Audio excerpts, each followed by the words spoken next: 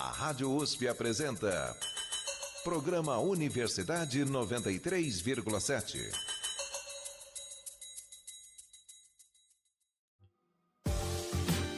Você está ouvindo o programa Colmeia, Ideais Urbanos. Bom dia, ouvintes da Rádio USP. Meu nome é Juliana Alves e começa agora mais um Universidade 93,7. Este é o programa Colmeia Ideais Urbanos. Nos últimos episódios falamos sobre o vazio habitacional no centro de São Paulo, sobre as dificuldades na desapropriação de imóveis ociosos e sobre 2 programas da Prefeitura relacionados a esses problemas, o Retrofit e o PIL Setor Central. Esse projeto tem como objetivo principal incentivar a vinda de novos moradores para esse território. Já o Requalifica Centro prevê uma série de incentivos fiscais para estimular a requalificação ou chamado retrofit de prédios antigos. Até agora, falamos dos problemas relacionados à habitação no centro de São Paulo. Mas afinal, quais seriam as possíveis soluções para todos esses problemas? Qual seria a cidade ideal pensando em moradia e qualidade de vida no trajeto casa-trabalho? Essas e outras questões você acompanha neste episódio de Colmeia Ideais Urbanos.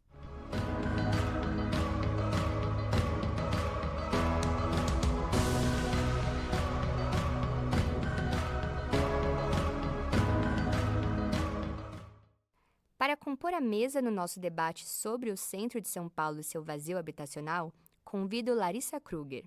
Olá, pessoal!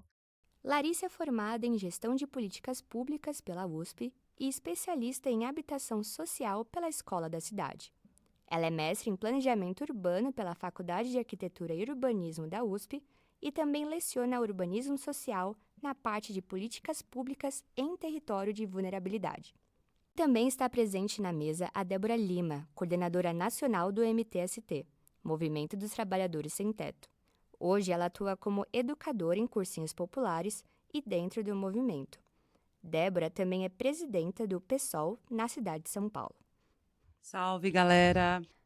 Para incrementar nosso debate, a repórter Giovana Oliveira conversou com o Guido Otero, mestre em Planejamento Urbano e Regional na Faculdade de Arquitetura e Urbanismo, a FAU aqui na USP. Guido também representa o Instituto de Arquitetos do Brasil na Comissão Executiva da Operação Urbana Centro. Vamos ouvir o que ele tem a dizer na entrevista de Giovana Oliveira. A pesquisa Viver em São Paulo, de 2020, mostra que 54% dos moradores do centro de São Paulo afirmam que gostam dos bairros onde moram. Mas a verdade é que morar no centro não é uma realidade possível para todos os paulistanos.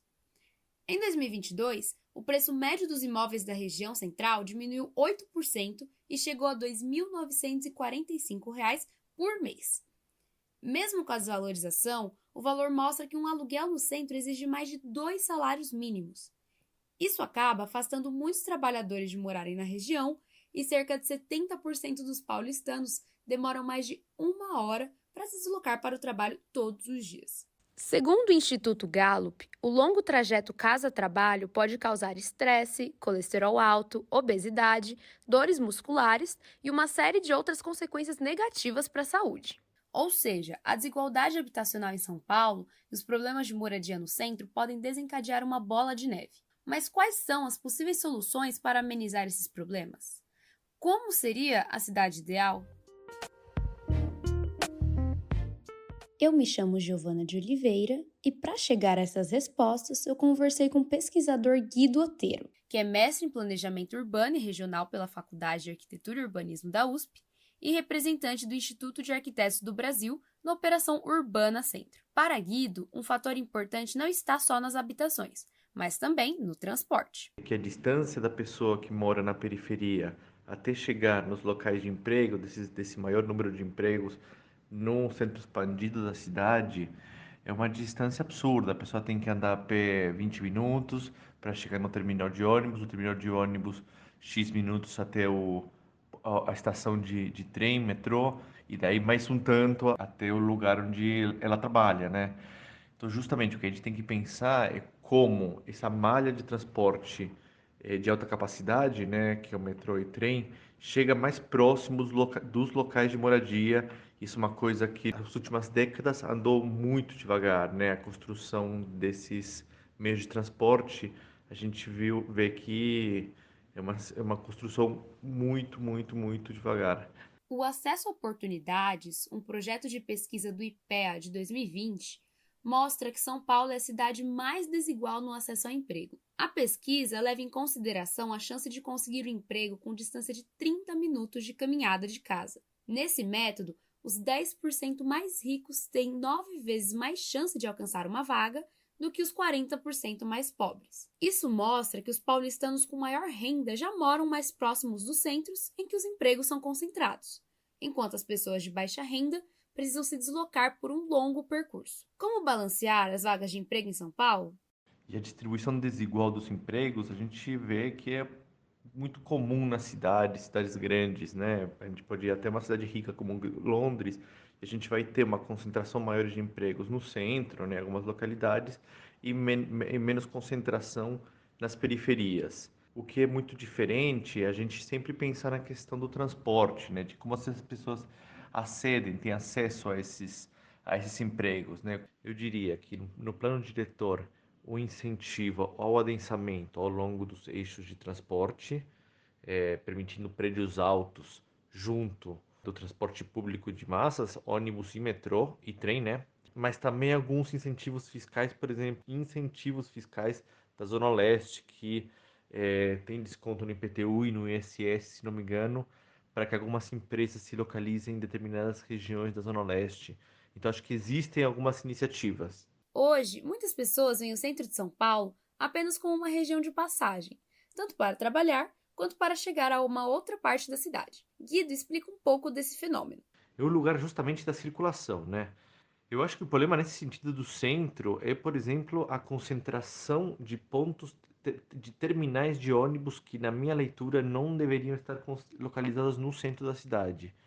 É justamente quando a gente pensa num transporte de alta capacidade, permitiria a gente deixar as estações, os terminais de ônibus mais longe do centro, evitando a congestão do centro, e o restante, e o centro acessível por meio de transporte de metrô, principalmente, né? Isso aliviaria um pouco o excesso que traz os terminais de ônibus para o centro da cidade. O centro da cidade vira local de passagem demais, né? Lugar de pessoas que estão indo para um lado para o outro, cruzando a metrópole e tem que descer no centro por causa de que lá é o terminal de ônibus. Então, eu acho que isso traz uma congestão excessiva para o centro da cidade, que talvez eu acho que poderia ser evitada para pensar, para requalificar o centro da cidade como espaço de permanência. Problemas urbanos em São Paulo já sabemos de vários. Mas afinal, como seria a cidade ideal? Então, eu vejo sempre o que se veicula na TV sobre o centro ser um lugar perigoso, etc., sempre vejo com um pé atrás, porque, enfim, meu cotidiano é aqui, então são um pouco escolhas, eu acho, de universos diferentes, né? O centro é mais vibrante, muita mais gente circulando, e que, na minha leitura, também traz maior segurança. Então, acho que tem esse lado para a gente pensar, de fato, sobre a segurança do centro de São Paulo. E uma questão, justamente por ser mais congestionado o centro, a gente vê uma questão de degradação mais rápida, né? Muita mais gente. Eu acredito que a cidade ideal é justamente a cidade na qual há tempo, há espaço para que as pessoas cuidem do lazer, se encontrem na rua, para fora dos muros dos condomínios, que haja espaço para o relacionamento entre pessoas. Enfim, essa cidade do tempo, né? Do tempo livre, do tempo para o ócio, do tempo para o estudo. E não é uma cidade dominada justamente por esses tempos perdidos no deslocamento. Enfim, eu acredito que é essa cidade que a gente deva buscar e desenhar a partir da cidade que a gente tem hoje, né? Agora eu fico por aqui e queria convidar você, ouvinte, para fazer essa mesma reflexão. Para você, como seria uma São Paulo ideal? Eu me chamo Giovana de Oliveira e essa foi a entrevista com o pesquisador Guido Otero. Você está ouvindo Colmeia, Ideais Urbanos. Apresentação de Juliana Alves e participação de Larissa Kruger, mestre em Planejamento Urbano pela USP, e Débora Lima, coordenadora nacional do MTST. Nessa entrevista que a Giovana realizou com o Guido, teve uma fala dele sobre não dá para falar sobre habitação em São Paulo sem considerar o planejamento do transporte público. Larissa, você concorda? Eu concordo, sim. Morar no centro não vai ser uma possibilidade, né? A própria reportagem também traz isso, né? Não vai ser uma opção para todo mundo. E é bom que não seja, porque a gente tem preferências, né? Existem pessoas que não têm interesse em morar, né, num ambiente com tanta circulação de pessoas, com tanta diversidade de pessoas, né? Tem gente que prefere lugares mais pacatos, a possibilidade de morar em áreas mais residenciais. Também tem as questões relacionais, né? Então, as pessoas constroem comunidades e têm laços com os seus territórios. Todos esses são aspectos que precisam ser considerados. Óbvio que o ideal seria que essas fossem preferências e não condições impostas às pessoas, principalmente por restrições de renda. Mas, em relação à questão que o Guido traz, o próprio investimento em políticas de mobilidade acabam atenuando esse impacto de deslocamento diário. Então, vou pôr aqui alguns pontos, né? O investimento em corredores de ônibus, em metrô, eles reduzem um pouco as distâncias, né? Porque eles aumentam, né, a fluidez do trânsito. Outro ponto é a questão da integração entre os modais, né? Integrações gratuitas ou com valores reduzidos. E até mesmo, mais recentemente, né, um aspecto que veio por conta da pandemia, o home office, que a gente também sabe que não é uma realidade de muitas pessoas, mas que é de uma parte, né? Então, o fato de ter ali alguns dias que você pode ficar em casa também atenuam, né, esse deslocamento diário para as pessoas, né? Então, acho que essas duas políticas, elas estão o tempo todo interagindo, né? E para você, Débora? Sem sombra de dúvida, porque uma coisa puxa a outra. Por exemplo, o nosso movimento MTST entregou quase 1.000 unidades, assim, com o movimento organizando numa região de Taboão da Serra, que já fomos empurrado, né, dentro daquela lógica que eu vinha trazendo antes. E aí o movimento teve que organizar e fazer luta para pedir um ônibus. Porque, assim, 800 pessoas que não moravam numa região, então isso... E não só mexe só com a questão da mobilidade, né? Mas mexe com a questão da saúde, mexe com a questão da educação. Então, tem todo um trabalho. Mas, sem sombra de dúvida, assim, não tem como só pensar fazer moradia vamos fazer moradia em tudo quanto é lugar, sem pensar como que as pessoas vão se deslocar. Uma das coisas que eu queria colocar aqui é a questão da hora. Por exemplo, eu trabalhei 10 anos como cozinheira aqui na região de Pinheiros, onde, às vezes, eu gastava 2h30, 3 horas para chegar. Ou seja, do meu dia, fora o tempo de trabalho, era 6 horas que eu gastava. E essa, assim, colocando numa realidade das mulheres mães solos, que moram na periferia, é muito desgastante, porque a mulher tem dupla, tripla jornada de trabalho, porque tem que pegar todo esse constrangimento do transporte de demora, quase 5, 6 horas, já o trabalho, é chegar em casa, fazer trabalho em casa, cuidar dos seus filhos. Eu converso muito com as mulheres do movimento, as mulheres que fazem essa luta por moradia, mulheres trabalhadoras, e elas gostariam muito de trabalhar perto da sua casa para ter tempo é precioso. E uma das coisas que essa lógica da cidade que a gente vive aqui na capital de São Paulo é que o tempo aqui, ele voa, né? E a gente não consegue fazer coisas importantes. Então, um dos questionamentos que as mulheres do movimento colocam para mim, que gostaria muito de um serviço perto de casa, onde ela pudesse levar o seu filho para a creche, buscar o seu filho da creche, pudesse levar seu filho na escola, onde pudesse ter mais tempo disponível, onde não fosse tão sugada por essa lógica dessa lógica da cidade que a gente vive, da capital de São Paulo. Sim.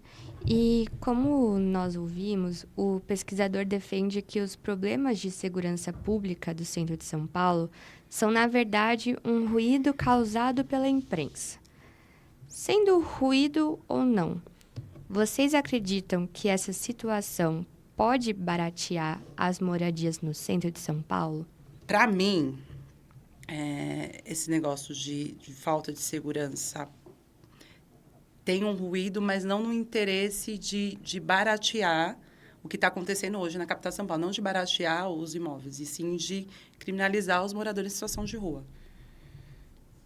Para mim, é nessa questão desse ruído que está se dando essa lógica, né? Dizer que está tendo assalto porque o centro tá cheio de moradores em situação de rua, que usam drogas, que não querem saber de trabalhar, de criminalizar essa classe para, de certa forma, fazer um limpão no centro, né? Tira do centro, não dão uma alternativa para essas pessoas e empurram elas para outros lugares e só, mostra...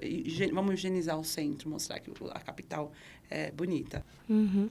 E na sua avaliação, Larissa, você acredita que essa situação pode baratear as moradias no centro de São Paulo? Eu tendo a achar que, a gente não tem um outro cenário para fazer um contrafactual, né? A gente tem o cenário atual.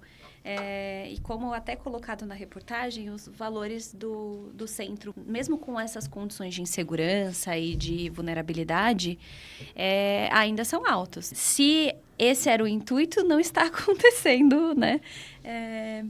De fato, para além de não estar surtindo esse efeito de barateamento, ele surte um efeito também de desestimular as pessoas a quererem morar nesse centro, né? Uma vez que ele é perigoso, sujo, né? Enfim, tem essa série de pontos negativos e mais os desafios sociais, né?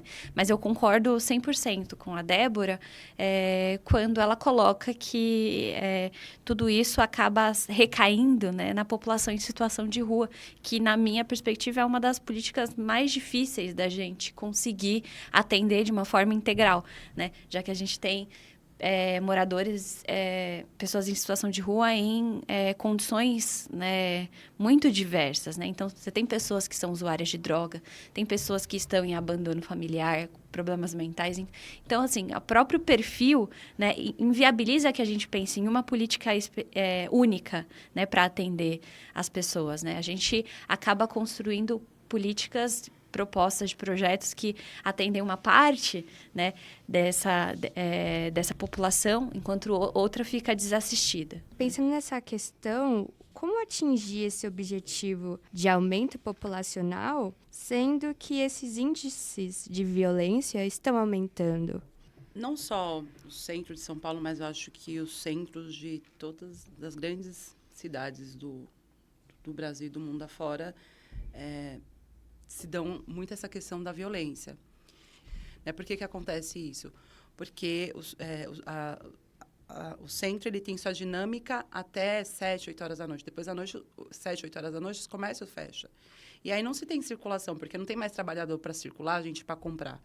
Então, no meu ponto de vista, o que realmente, de fato, seria positivo é trazer mais pessoas para morar no centro. Trazendo mais pessoas para morar no centro, o centro terá mais circulação. Isso, de certa forma, inibe o risco de violência. Também as periferias é perigoso, mas se você vai numa periferia hoje de São Paulo, 7, 8 horas da noite, até 10 horas da noite tem gente circulando, então você se sente segura, mesmo tendo assaltos. A sensação que o pessoal da região central sente 7, 8 horas de medo é a sensação que a gente acaba sentindo depois das 11, meia-noite, andando na rua. Larissa, você concorda? Eu concordo, sim. Para além da questão dos indicadores de furto, de roubo, que a gente sabe que são grandes em diferentes bairros da cidade, né? Mas, no caso, como lá tem uma questão social mais escancarada, isso fica explícito, né, para todo mundo. No final da entrevista, nossa repórter Giovana faz uma pergunta para o pesquisador Guido Otero. Qual seria a sua cidade ideal? E agora eu jogo para vocês. Qual é a cidade ideal para vocês? Vamos sonhar. Quem sabe um dia a gente chegue nesse objetivo. Não, para mim, a cidade ideal seria uma cidade igualitária de acessos, de todos os equipamentos públicos, desde a saúde, educação, lazer, cultura, transporte, aonde, voltando aqui, o tempo das pessoas fosse valioso. E é por isso que eu faço parte do movimento e luto para que um dia, talvez, é importante a gente sonhar e tentar, de certa forma, brigar para que o nosso sonho se torne realidade. E para você, Larissa? Eu acho que eu compartilho muito dessa visão, né? E legal como a gente, mesmo discordando, né, no como, a gente tem o mesmo destino, né? Valorizar novas centralidades é um aspecto que a cidade ideal precisa ter, né? E aí, os diferentes potenciais que cada região tem, né? Não tentar espelhar, né, o mesmo perfil, né, de desenvolvimento urbano e territorial para todos os espaços da cidade, né? Cada um tem sua vocação, né? E respeitar ela é um aspecto que seria legal que a cidade ideal tivesse. Que o CEP da pessoa, né, não definisse o acesso a oportunidades que as pessoas têm. Que a gente conseguisse superar essa desigualdade de acesso e que ela fosse só uma questão de preferência, né? Você está ouvindo Colmeia, Ideais Urbanos. Apresentação de Juliana Alves e participação de Larissa Kruger, mestre em Planejamento Urbano pela USP, e Débora Lima, coordenadora nacional do MTST. Débora, Larissa, muito obrigada por esse debate esclarecedor. Eu e muitos ouvintes puderam tirar várias dúvidas sobre um tema tão complexo e importante para a cidade, como é o PIO, do Plano Diretor. E antes da gente encerrar o programa Colmeia Ideais Urbanos, eu gostaria que vocês duas fizessem as considerações finais sobre o PIO, Plano Diretor, Cidade Ideal. Quer começar, Larissa? Eu finalizo dessa vez? Pode ser. Com você. Eu diria o seguinte, a gente está num processo, né, de discussão da cidade muito importante. Então, usar os espaços participativos é essencial para a gente garantir que o projeto que vai ser aprovado, que ele contemple mais visões sobre a cidade e que possa trazer legitimidade para a discussão. Em relação ao PIO, a gente ainda tem um desafio que é sobre a regulamentação do projeto, que ainda não foi anunciado pela prefeitura, e a costura, né, dessa legislação com o Requalifica Centro e também com outras iniciativas recentes, né, para o centro. Então, você tem investimentos para reforma dos imóveis, né, o retrofit, tem também o reencontro, né, o Vila Reencontro, outras políticas voltadas às pessoas em situação de rua, a articulação, né, dessas políticas com a atuação do governo estadual na segurança pública, né, então, relacionada à questão dos Campos Elíseos, né, região chamada da Cracolândia. É um debate longo que a gente vai continuar travando, e é bom que esse debate seja o mais democrático e aberto o possível, né? Então, a gente faz esse esforço de tentar trazer as ideias de uma forma que as pessoas entendam e que possam contribuir de fato e não só legitimarem o processo, né? Como que foi a crítica da Débora no início do programa. Primeiramente, eu queria agradecer o convite. Eu acho que só pelo fato de a gente estar aqui na Rádio USP debatendo esse tema, que é um tema muito difícil, provavelmente muitos dos ouvintes nem sabia, nem entendia, nem sabia que estava acontecendo isso. Então, só o fato de vocês colocarem à tona, né, o PIO, o setor central, esses problemas da cidade, e colocar numa rádio que é tão importante, onde pessoas vão está dando início a esse primeiro contato já é um passo importante.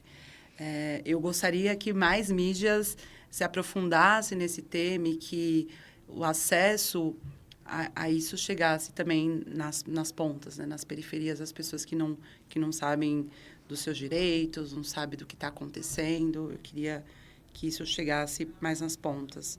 Vamos esperar para ver, né? Como que se dá, quem sabe daqui 2 anos, 4 anos, a gente volte aqui para fazer uma avaliação de como que foi a implementação desse projeto de lei, né? Mas vou ficar aqui na expectativa, torcendo que realmente, de fato, contemple o que está sendo publicizado e que tenham mais pessoas assim, morando nas regiões do centro.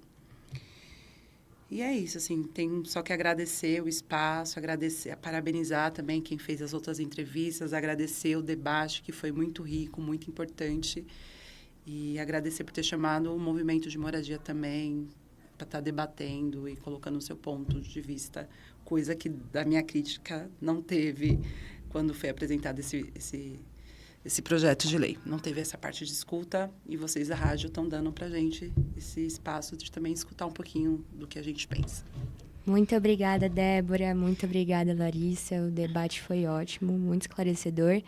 E eu gostaria que vocês falassem as redes sociais.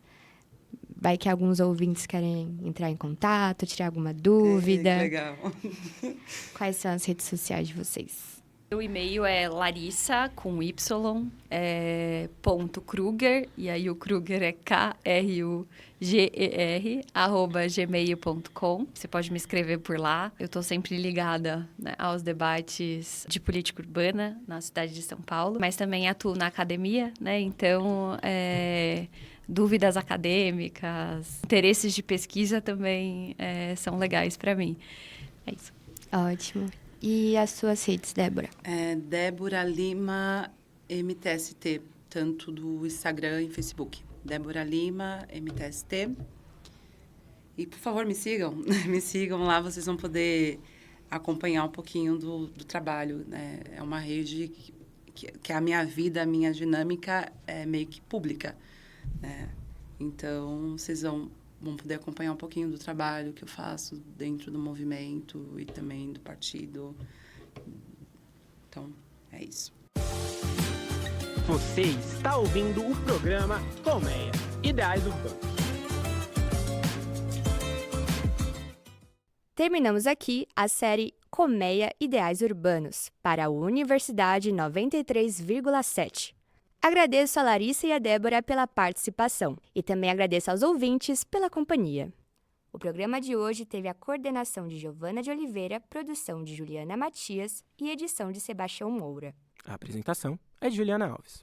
A reportagem foi feita por Giovana Oliveira. Os arquivos deste e de outros programas no site www.usp.br/radiojornalismo. As músicas que você ouviu foram Latin Secrets, produzida por Dread Studio, e Mons, produzida por Patrick Patricios. Bom dia e até a próxima!